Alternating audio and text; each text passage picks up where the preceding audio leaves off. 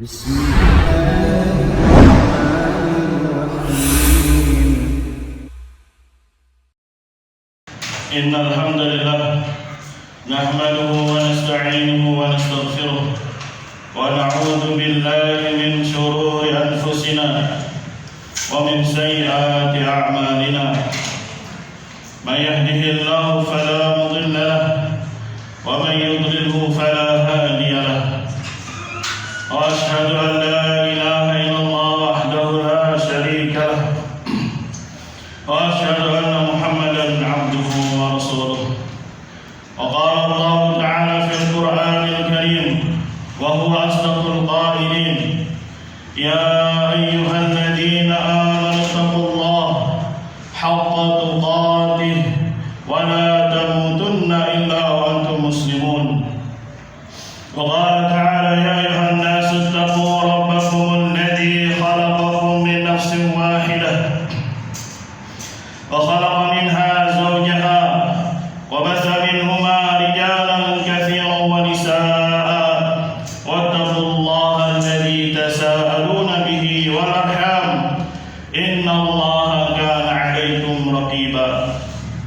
وقال تعالى: يا أيها الذين آمنوا اتقوا الله وقولوا قولا سديدا يصلح لكم أعمالكم ويغفر لكم ذنوبكم ومن يطع الله ورسوله فقد فاز فوزا عظيما. أما بعد، فإن أصدق الحديث كتاب الله وخير الهدي هدي محمد صلى الله عليه وسلم وشر الأمور محدثاتها فإن كل محدثة بدعة وكل بدعة ضلالة وكل ضلالة في النار.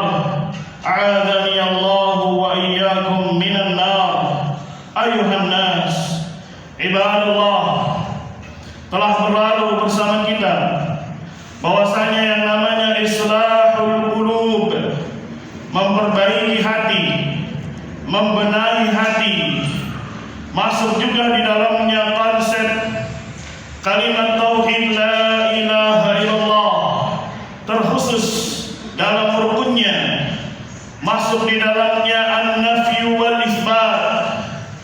An-nafyu bermakna dia mengeluarkan perangai-perangai, sifat-sifat yang jelek. Adapun isbat bermakna dia menghadirkan, dia tanamkan sifat-sifat yang indah, sifat-sifat yang terpuji, sifat-sifat yang mulia. Ma'asyiral muslimin, jamaah salat Jumat yang dirahmati Allah Subhanahu wa taala, termasuk sifat yang telah kita sebutkan, termasuk sifat jelek yang harus dibuang, tidak boleh bercokol, tidak boleh tertanam, tidak boleh dia masuk di dalam hati. Yang pertama adalah asyirku billah, menyekutukan Allah Subhanahu wa taala. Dan yang kedua adalah kibar, kesombongan, yakni batarul haq wa ghamdun nas, menolak kebenaran dan meremehkan manusia. Dan al-amrad al-khatirah, dan penyakit-penyakit berikutnya yang berbahaya, yang wajib untuk kita hilangkan, yang wajib kita cabut. Maka penyakit berikutnya adalah asyakku war-raib, yakni asyak, keraguan. Begitu juga ar-raib, bermakna sama, ragu dan bimbang.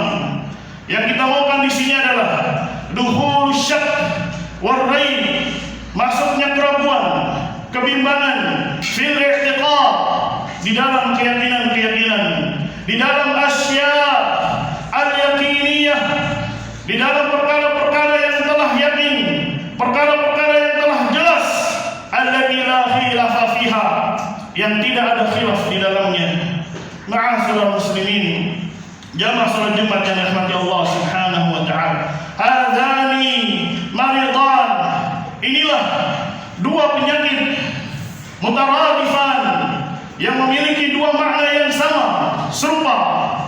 Jika diterjemahkan di dalam bahasa Indonesia, mengandung makna ragu, mengandung makna bimbang, tidak yakin, tidak bisa memutuskan, tidak bisa memilih, dia abstain. Itulah dua makna asyak secara bahasa.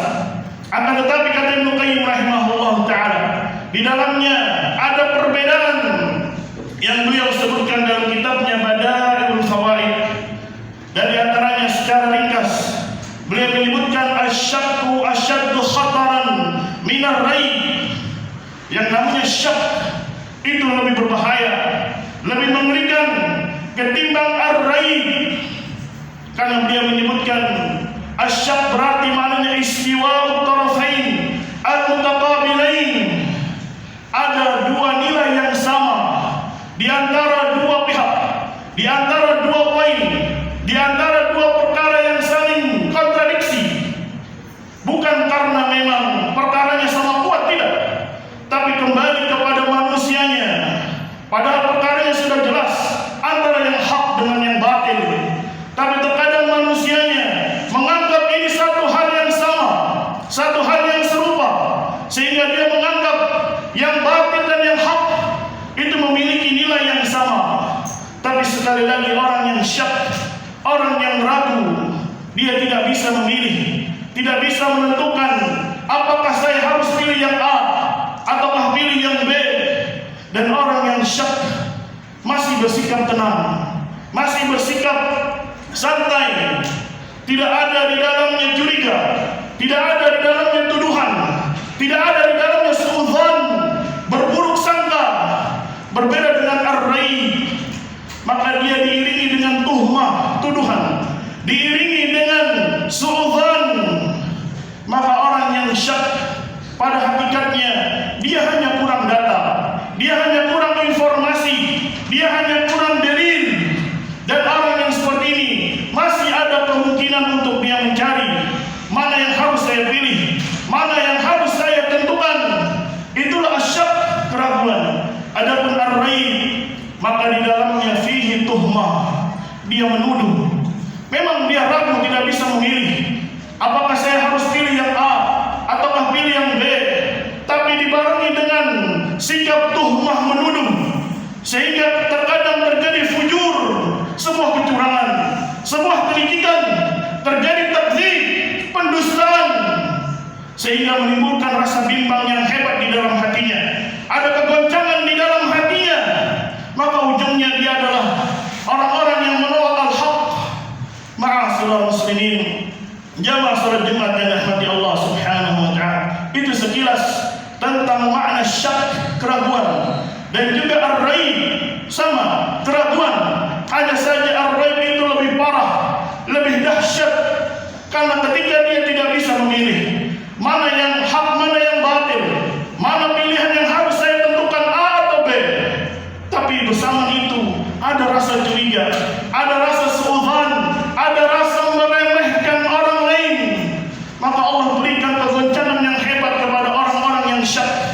Adapun orang-orang yang raib, adapun orang yang syak, maka sekali lagi terkadang memang dari awal dia tidak bisa menentukan, karena memang sekali lagi data yang dia miliki kurang, informasi yang dia raih kurang, dalil yang datang kepada dia kurang, sehingga wajar kalau dia ragu, karena itulah tabiat manusia.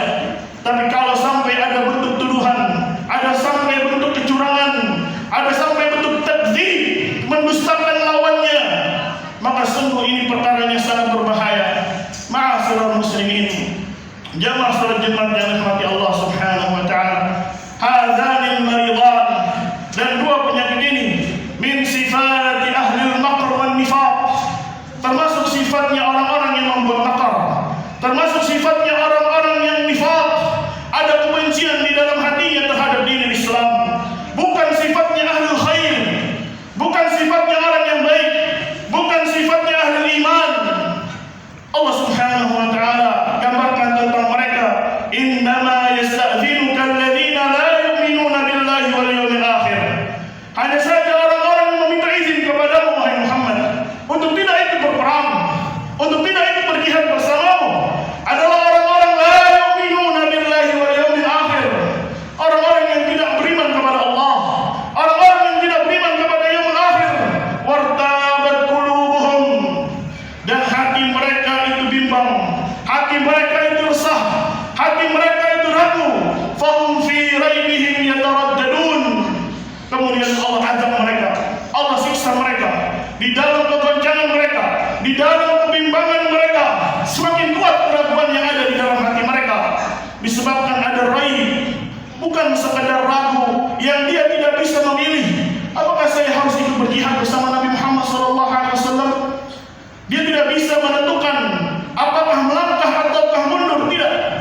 Tapi memang ada sifat raib, keraguan yang begitu dahsyat sampai menuduh bahwasanya Nabi Muhammad SAW begini dan begitu. Ada suudzon akan mengambil hartanya karena diambil untuk perang fi sabilillah. Maka Allah Subhanahu wa taala sifati hati mereka wartabat qulubuhum, dan hati mereka itu ragu, fahum fi raibihim yataraddadun. Karena itu mereka selalu bimbang di dalam keraguannya, goncang hatinya, sehingga memunculkan sifat nifaq di dalam hatinya. Ma'asyiral muslimin, jamaah salat Jumat yang dirahmati Allah Subhanahu wa taala, hadzal maridan, dua penyakit ini, asyak war raib, min sifat ahli kitab, juga termasuk sifatnya ahli kitab yang kufur kepada Allah Subhanahu wa taala. Allah kabarkan kepada mereka, wa innahum lafi syakkin minhu murib.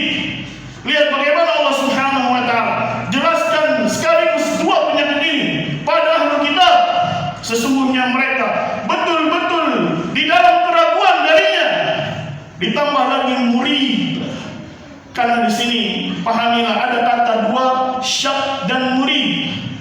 Karena syak adalah mabda, awal kali sebelum dia melakukan raib. Sebagaimana yakin, mabdanya, pertamanya, asasnya, pokoknya adalah ilmu. Ketika dia mengilmui, maka dia akan yakin. Ketika dia mempelajari, mengetahui, maka timbul rasa yakin. Maka begitu juga orang yang syak, ketika dia ragu, maka yang muncul di belakang hari adalah bentuk ar-raib. Maka lihatlah bagaimana Allah Subhanahu wa taala mensifati mereka dengan syak, keraguan, kemudian juga muncul raib, yakni kebimbangan. Keraguan saja bahaya buat mereka, apalagi sampai muncul raib. Aqulu qawli hadza astaghfirullah li wa lakum wa lisairil muslimin wal muslimat fastaghfiruhu innahu huwal ghafurur rahim.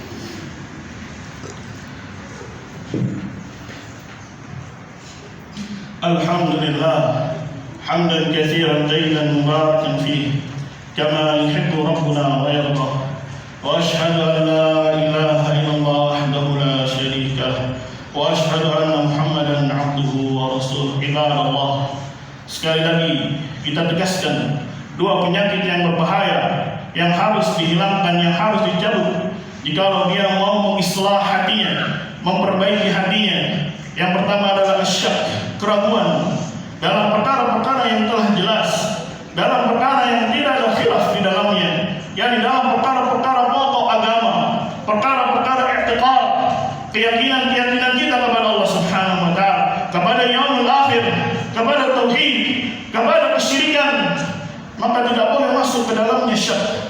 Walaupun memang syak itu lebih ringan ketimbang raib. Karena syak biasanya orang yang memang kurang data, kurang ilmu, jikalau dikasih tahu, dikasih maklumat, dikasih dalil, maka cepat dia akan menerima.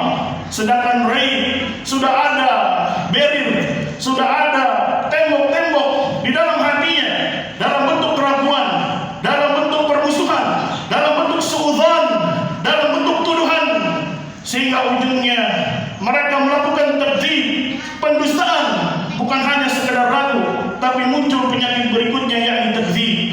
Ma'asyiral muslimin, jamaah salat Jumat yang dirahmati Allah Subhanahu wa taala, sebagai penutup, dua penyakit ini juga dimiliki oleh ahlul kufur, orang-orang yang kufur kepada para anbiya, yang telah membawa risalah, wahyu dari Allah Subhanahu wa taala, sekaligus di dalamnya ada solusi agar dia tidak ragu, agar hilang penyakit tersebut. Allah katakan dalam surat Ibrahim, alam ya'tikum naba'ul ladzina min qablikum qaumi nuhin wa 'adin wa samud. Belumkah datang kepada kalian berita orang-orang sebelummu? Allah Subhanahu wa taala contohkan di antaranya kaum Nabi Nuh. Allah juga contohkan kaumnya 'Ad dan juga kaum Samud. Maka lihatlah bagaimana kesudahan mereka. Maka ini juga dalil untuk kita memahami, semakin yakin bahwasanya musuh-musuh Allah Subhanahu wa taala itu akan dibinasakan oleh Allah Subhanahu wa taala. Orang-orang yang ragu akan berakhir kepada haram, kepada kebinasaan, kepada kehancuran. Lihatlah bagaimana kaumnya Nabi Nuh alaihi salam diazab oleh Allah Subhanahu wa taala. Begitu juga kaum-kaum setelahnya, tatkala mereka ragu, mendustakan ujungnya, menentang apa yang dibawa oleh nabi-nabi mereka, Allah Subhanahu wa taala tidak cukupkan sampai situ. Allah katakan lagi walladzina min ba'dihim la ya'lamuhum illallah. Begitu juga kisah-kisah yang setelah mereka. Banyak kisah datang setelah mereka yang tidak mengetahuinya kecuali Allah Subhanahu wa taala. Lihat ayat berikutnya, ja'atuhum rusuluhum bil bayyinat faraddu aydiyahum fi afwahihim. Maka datang kepada mereka rasul-rasul mereka, utusan-utusan Allah Subhanahu wa taala, bil bayyinat, membawa dalil, membawa bukti, membawa mukjizat Allah Subhanahu wa taala. Faraddu aydiyahum fi afwahihim. Maka mereka meletakkan tangan-tangan mereka di mulut-mulut mereka. Ini adalah simbol isyarat untuk orang-orang yang tidak mau menerima, orang-orang yang syak, orang-orang yang raib. Allah Subhanahu wa taala gambarkan mereka, menutup lisan-lisan mereka, menutup mulut-mulut mereka dengan tangan-tangan mereka. Isyarat, simbol sebagai bentuk penolakan, sebagai bentuk tidak mau menerima, sebagai bentuk keraguan, sehingga dia tidak mau bersikap, sehingga dia tidak mau berucap, sehingga dia tidak mau berkata yang hak. Dia tutup lisannya dengan tangan-tangannya. Padahal nabi-nabi, para rasul datang membawa bayinat, membawa bukti yang jelas, membawa bukti yang gamblang. Kemudian mereka berkata, "Qalu inna kafarna bima ursiltum bih." Kemudian mereka berkata, "Sesungguhnya kami mengkufuri apa yang kalian diutus dengannya. Kami mendustakan, mengkafirkan apa yang telah engkau bawa wahai para rasul. Kami dustakan apa yang engkau bawa dari tauhid. Kami dustakan apa yang engkau bawa dari risalah." Kemudian mereka mengatakan, "Wa inna lafi syakkin mimma tad'unana ilaihi murib." Sesungguhnya kami benar-benar di dalam keraguan dari apa yang telah engkau seru kepada kami. Begitu juga kami memiliki sifat murid.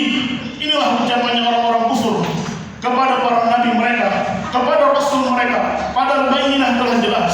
Kita hanya dituntut untuk memahami perkara yang telah pasti, perkara yakin, perkara yang tidak ada khilaf di dalamnya. Adapun perkara-perkara yang memang terjadi khilaf, bisa jadi dia ragu untuk tidak memilih.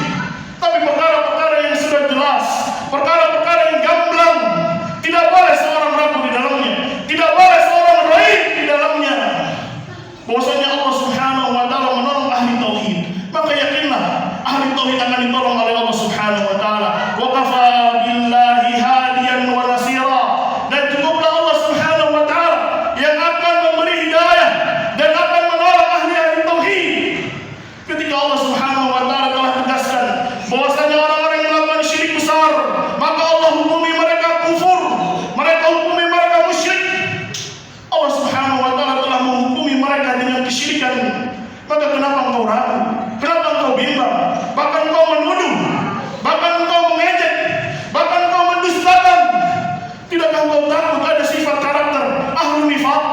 Tidakkah engkau takut ada karakter orang-orang kufur di dalam hatimu? Ketika engkau ragu akan penjelasan dari Allah Subhanahu wa taala, padahal Allah itu mukmin, Allah itu shadiq, yang maha benar ucapannya, dan Allah Subhanahu wa taala maha benar janjinya. Allah Subhanahu wa taala maha benar firman-Nya. Ma'asyiral muslimin, jamaah salat Jumat yang dirahmati Allah Subhanahu wa taala. Asyak, penyakit ini memang penyakit yang menjadi dasar muncul yang namanya raib, dan syak juga adalah perkara yang bisa menghilangkan tauhid. Makanya salah satu syarat kalimat la ilaha illallah adalah yakin yang menolak syak. Dan jika penyakit ini terus berkokol, terus ada di dalam hati kita, maka muncul penyakit lainnya, yaitu i'rad. Awalnya memang dia bimbang, ragu, tidak bisa memilih antara yang A dan yang B. Seharusnya sikapnya adalah mencari mana yang hak, mana bukti-bukti yang valid yang dibawa oleh para ulama dengan dalil-dalil Al-Quran dan Sunnah Nabi Muhammad SAW. Seharusnya dia mencari, tapi ketika dia tidak mau mencari, maka telah jatuh ke dalam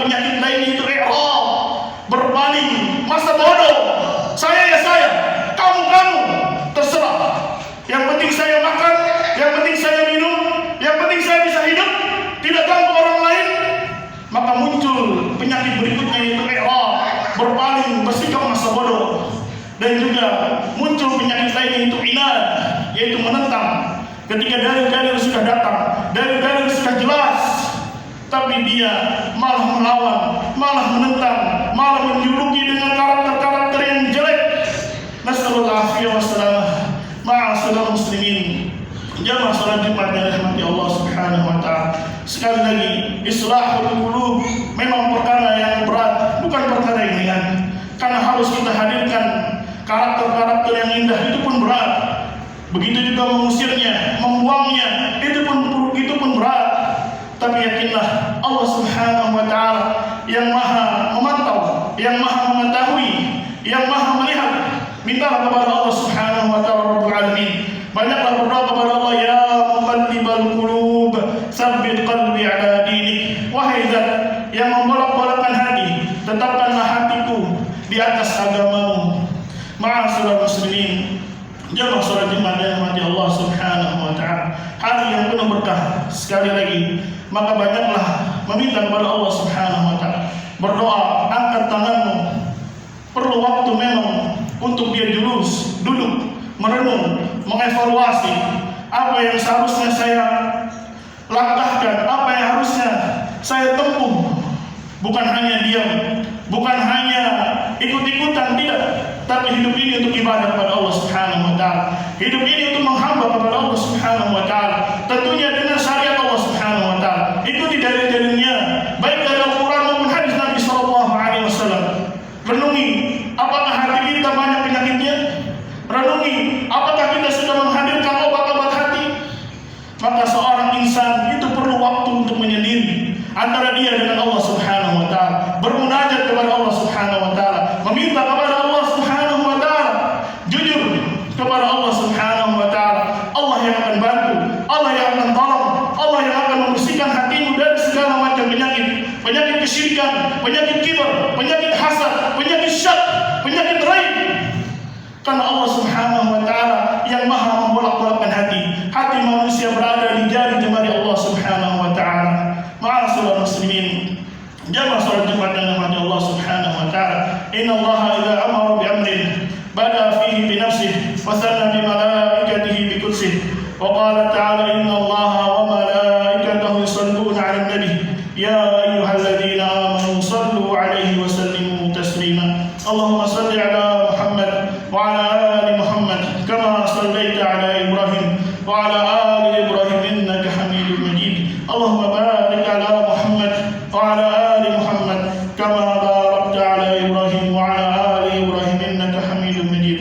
اللهم اغفر للمسلمين والمسلمات والمؤمنين والمؤمنات الأحياء منهم والأموات إنك سميع قريب مجيب دعوات يا قاضي الحاجات. اللهم لا تزغ قلوبنا بعد إذ هديتنا وهب لنا من لدنك رحمة إنك أنت الوهاب. ربنا آتنا في الدنيا حسنة وفي الآخرة حسنة وقنا عذاب النار.